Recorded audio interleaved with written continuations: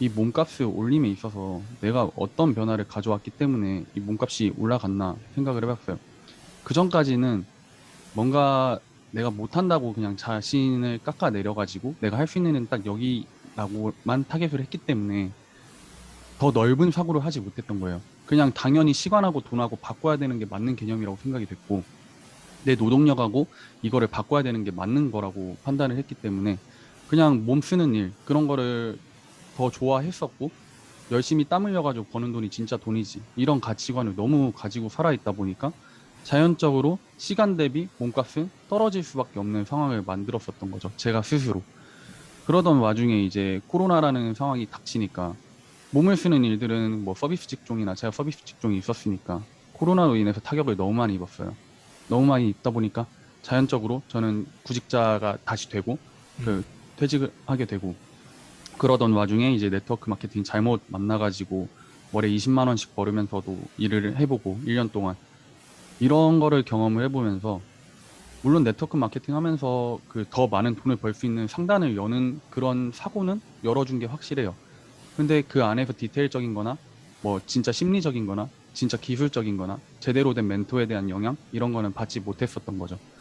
그러다가 이제 대표님 만나고 나서 교육이나 이런 쪽에 많이 투자를 해보고 책도 많이 읽어보고 그런 식으로 사고를 하다 보니까 아, 이 상단을 여는 작업에서도 올바른 방향이란 게 있구나 라는 생각들이 들고 아, 그럼 내가 지금 현실적으로 나를 객관화했을 때 나는 지금 그 전에 뭐 대기업을 가거나 이런 친구들은 솔직히 그 고등학교 때나 대학교 때나 정말 열심히 살았던 애들이 이제 가는 거예요.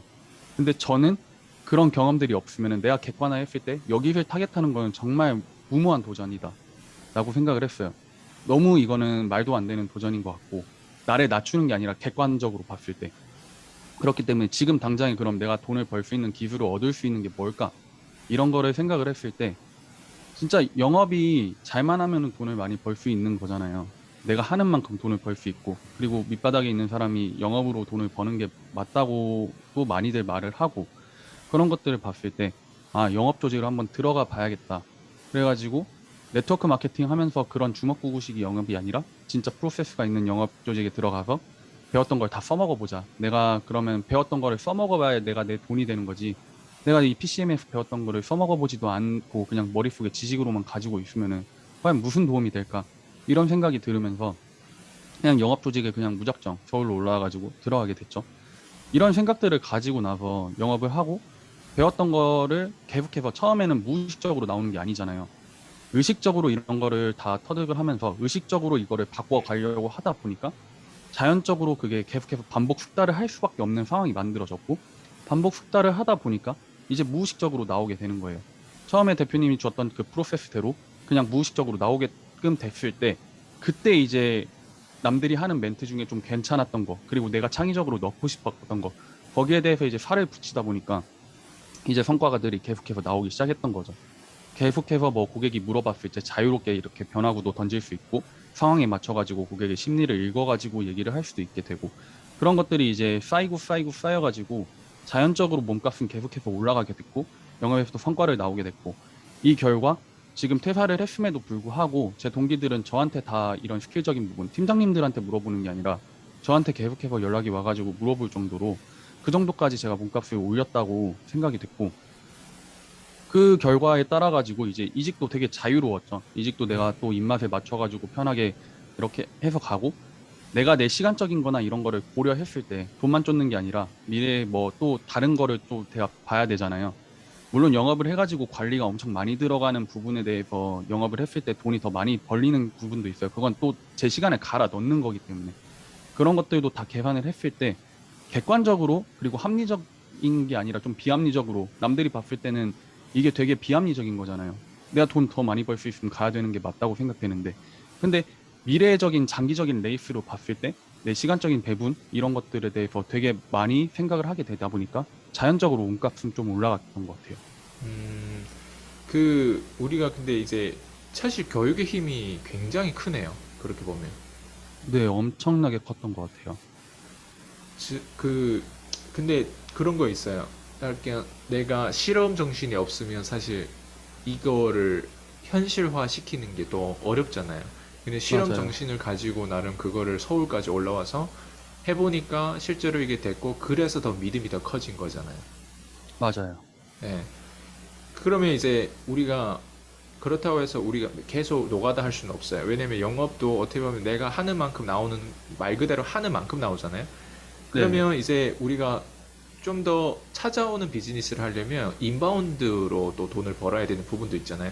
지금은 네. 내가 영업이라고 하면 보통 인바운드, 아웃바운드로, 보통 자영업 하는 이유도 인바운드로 들어오잖아요. 보통 네. 고객들이 워킹 고객이라고 하기도 하고 하는데, 지금 유튜브를 하고 계시는데 유튜브에서 제가 보니까 썸네일을 나름 잘 잡더라고요. 그리고 심지어 네.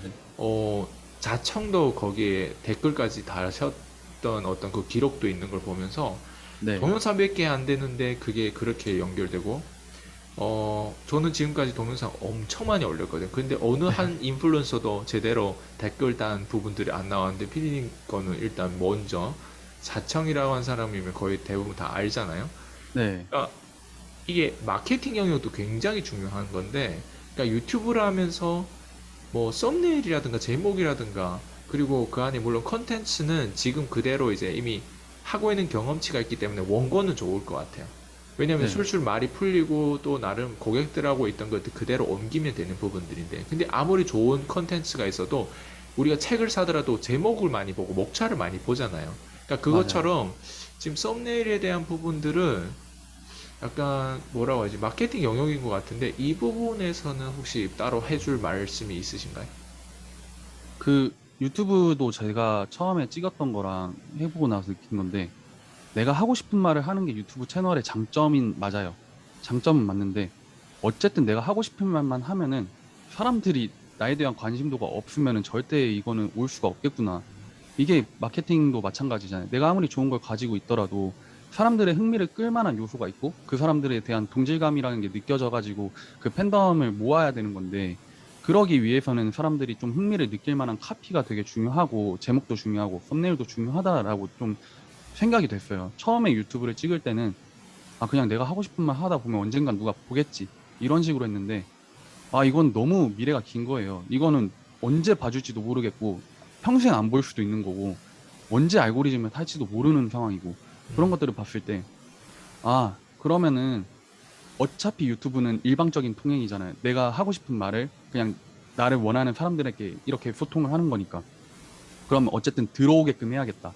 들어오게끔 해가지고 최대한 많은 사람들이 들어오다 보면은 거기서 나랑 좀 주파수가 맞는 맞아요. 사람들은 남아 있을 거고 그런 상황에서 이제 시청 지속 시간이 늘어나가지고 자연적으로 구독자도 늘어나고 알고리즘도 타고 이런 식으로 가는 거니까 일단 첫 번째 목표는 무조건 사람의 흥미를 끌어야 되는 게 첫 번째구나라는 거를 하다 보니까 좀 느꼈던 것 같아요. 제가 자청님이 그렇게 댓글 남겨줬던 영상은 이제 역행자가 한창 붐을 일으키고 있을 때 역행자라는 책을 읽어보고 역행자라는 키워드를 잘 잡았기 때문에 그리고 그렇기 때문에 이제 사람들이 흥미를 느껴가지고 눌렀다고 생각이 되는데 그 다음 영상에서 제가 히트를 친 건 없어요.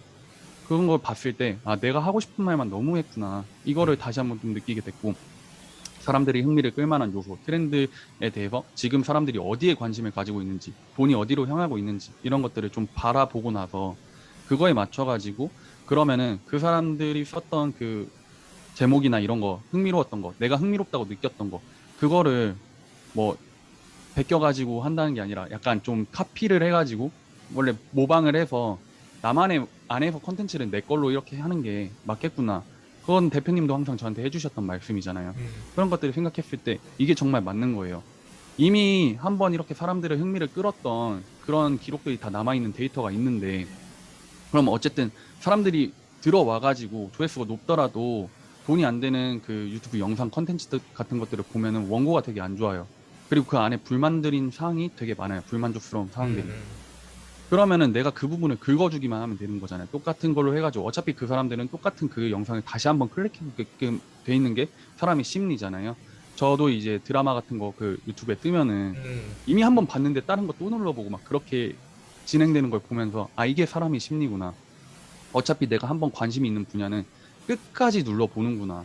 그런 거를 봤을 때, 그러면은 사람들이 흥미를 느낄 만한 그 썸네일이나 이런 거를 모방을 해가지고 그 안에서 내 원고는 내가 재창조를 해서 나만의 것을 만들어가지고 나만의 소통을 해야 되겠구나. 이런 식으로 접근을 하다 보니까 뭔가 유튜브 썸네일이나 이런 거에 대해서도 좀 더 고민을 많이 하게 되고 사람들이 어디에 관심을 가지게 되는지 이런 것들을 고민을 많이 하게 되고 그렇게 하다 보니까 자연적으로 그럼 썸네일 그 카피를 좀 잘 꾸며야겠다 이런 것들이 만들어지고 그럼 내가 썸네일을 좀 잘 해야겠다 해가지고 툴 같은 것도 좀 연습을 하게 되고 그렇게 진행이 됐던 것 같아요. 음, 그러다 보니까 이제 결과물도 좀 괜찮아졌던 것 같아요. 음, 이제 그 이지훈 PD님의 가장 강력한 그 장점에 대한 부분을 다시 돌아와 볼게요. 그 콜드콜을 통해서 사실 되게 PD님 여기 PCM 안에서도 주목을 많이 받고 있잖아요.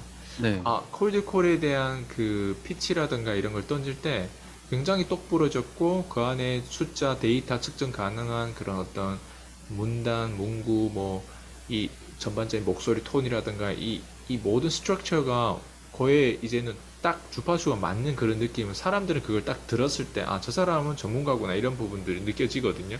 근데 네, 콜드콜에 대한 부분들이 이제 내가 어느 정도 자리가 잡힐 쯤에 일상생활에 대한 어떤 영향을 분명 줄 것 같은데 그게 뭐 사회생활이든 내 일상이든 내 평소에 기존에 내가 만났던 친구들을 다시 내가 오랜만에 만났을 때랑 아니면 뭐 주변에 뭐 뭐라던가요? 그러니까 뭐가 달라졌을까요? 콜드콜 하나를 잘했는데. 음, 사실 콜드콜 하나를 잘해가지고 진짜 많은 게 달라졌어요. 제가 콜드콜 하나를 잘해가지고 면접을 엄청 잘 보게 됐던 게 있고 면접에 대해서 사람을 이끌 수 있는 부분들도 있다고 최근 들어서 많이 느끼고 있거든요. 근데 이게 왜 콜드콜이 영향이 있었냐면은 콜드콜을 함으로써 나를 자랑할 수 있게끔 피치를 하는 걸 연습을 했고 콜드콜을 함으로써 남들한테 어떻게 해야 흥미를 유발할 수 있는지 그런 것들에 대해서 어떤 피치를 던져야 되는지 이런 것들을 고민을 하다 보니까 자연적으로 좀 사람에 대한 이해, 사람에 대한 심리, 인문학. 네, 인문학 이런 것들에 대한 관심도도 높아지고 이해도도 높아지고 그러다 보니까 계속해서 그걸 좀 찾게 됐던 것 같아요. 찾게 되다 보니까 말의 깊이가 많이 달라졌다는 말을 요즘 많이 들어요. 친구들한테.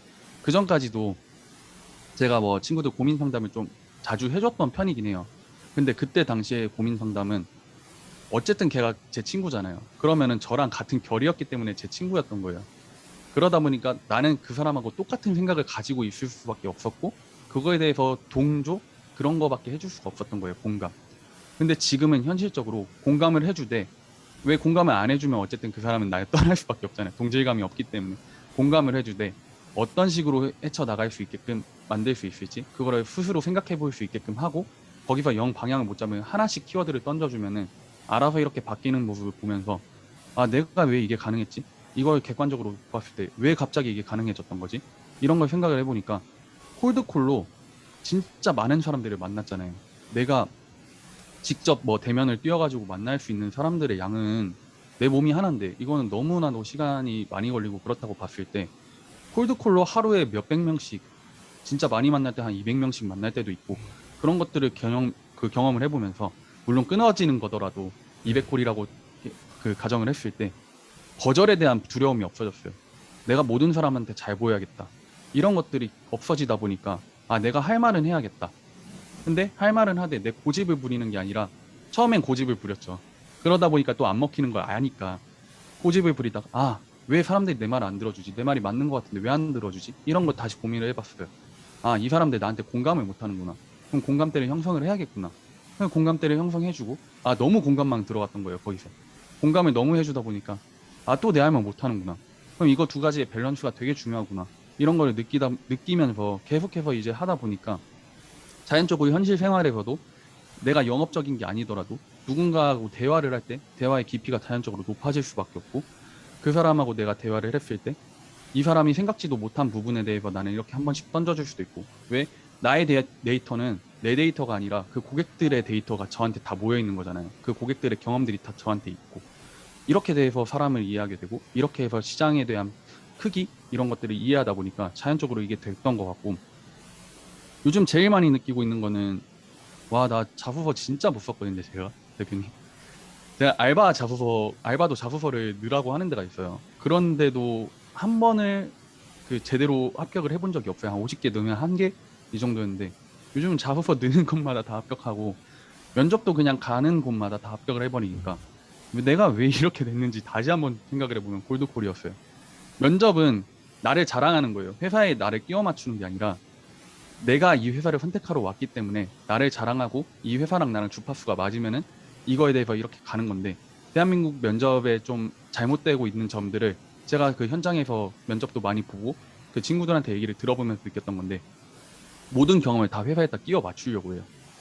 그러다 보니까 내 소리를 하지 못하는 거예요. 내 소리를 하지 못하다 보니까 말의 앞뒤가 달라지는 거죠. 음, 그러다 보니까 이제 자연적으로 면접관들 입장에서는 아, 얘네 또 거짓말 하는구나. 얘네 그냥 다 어디서 배워와가지고 그냥 다 이렇게 말하는구나.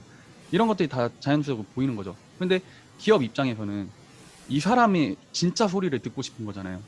위장이 아니라 음, 나를 어떻게 포장하는 능력이 있는지 그걸 보고 싶은 건데, 이게 다 마케팅인 건데 이런 본질적인 의미를 모르고 그냥 컨설팅만 받고 그렇게 하다 보니까 이게 그런 식으로 변질이 돼서 나를 끼워 맞추고 끼워 맞춰서 들어갔기 때문에 거기서 퇴사율도 되게 높아졌다고 봐요.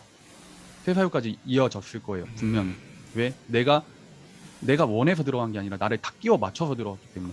그럼 맞아. 그런 사람들의 입장은 평생 을로밖에 살 수가 없는 거죠. 근데 저는 요즘 갑이 됐어요. 콜드콜로 거절 이미 너무 많이 받았기 때문에 내가 갑으로 살아야지. 어차피 을로 살아서 거절받으나 갑으로 살아서 거절받으나 느낌, 거절받는 건 똑같고 스트레스는 똑같은데 느낌이 다르잖아요. 이런 것들을 생각해 봤을 때 와, 콜드콜이 진짜 많은 변화를 줬구나 라는 거를 진짜 객관적으로 놓고 봤을 때 이게 진짜 많은 영향을 줬구나. 그때 당시만 해도 이게 진짜 맞는 건가? 이게 나한테 필요한 건가? 의심이 들 수밖에 없어요. 사람은 의심을 계속 할 수밖에 없게 뇌가 프로세스가 되어 있기 때문에. 근데 그럼에도 불구하고 아, 내가 어쨌든 투자했잖아. 믿으려고 따라왔으면 믿어야지. 이렇게 생각을 해가지고 끝까지 와보니까 처음에는 잔잔하게 가다가 이게 어느 순간 탁 올라가는 순간이 있더라고요. 맞아요. 그런 걸 느껴봤을 때 진짜 세상에 누군가가 이걸로 성공했을 때 그거를 끝까지 가보면은 쓸모없는 건 하나도 없구나. 배울 점은 다 있구나라는 거를 다시 한번 좀 느꼈던 것 같아요. 주변에 근데 지금 같은 나이 또래에 계신 분들이 이지훈 PD만큼 이렇게 급격한 변화를 이룬 사람이 혹시 주변에 있어요? 어, 많이 없을 것 같아요. 네. 그 그거는 콜드콜로 사실 단기로 우리가 변화할 수 있다라고 하는 부분들이 이제 동의하죠. 네, 동의해요. 네. 5년 뒤에 삶을 변화하는 거 기대하는 것보다 5분 뒤에 내 상태를 체크하고 진단하고 변화하는 걸 기대하는 게 더 현명하지 않을까요? 그건 확실한 것 같아요. 네. 이게 콜드콜이 왜 단기적으로 제가 지금 갑자기 이렇게 잔잔하게 하다가 올라간다고 하니까 이걸 보시는 분들은 그럼 장기 아니야? 이렇게 생각하실 수도 있는데 왜 단기냐면은 거절을 받음으로써 나는 생각을 하게 돼요. 사람은 뭔가 공격이 들어왔을 때 생각을 하지 계속 내가 편안한 일상에 있다 보면 생각을 안 해요. 그거에 그냥 만족하면서 살아가게 되지. 그런 것들을 봤을 때 거절받는 게 되게 힘들긴 하지만 거절을 받아야 사람이 성장할 수 있다는 거기 때문에, 그렇기 때문에 단기적인 변화가 콜드콜에서 올 수 있다고 보는 것 같아요, 저는. 지금 누적으로 내가 한 얼마 거절 받았다고 생각해요? 숫자적으로 대충 그냥 환산해보면. 뭐 전화 연결 안 되는 것도 거절로 네. 치는 거예요. 그렇다고 치면은 거의 10,000건 넘게 받았죠. 네. 오늘 참, 네, 재밌는 인터뷰였고요. 이준 PD님의 그 성장은 아마 우리 시청하신 분들이 아마 느끼고 있을 거예요. 처음에 찍었을 때, 그리고 두 번째 찍었을 때, 한 달 뒤 찍었을 때, 지금 또 찍었을 때. 근데 가끔씩 이제 올라올 때마다 더 많이 성장됐다는 게 아마 느껴질 것이고, 곧 또 이지용 PD님의 그 경제적인 어떤 통장까지 털 수 있는, 네, 깔 수 있는, 네, 그런 날이 오지 않을까 싶기도 하고, 네. 이준 PD님 오늘 인터뷰 고생하셨고요. 네, 수고 많으셨습니다. 멋졌습니다. 네, 감사합니다, 대표님.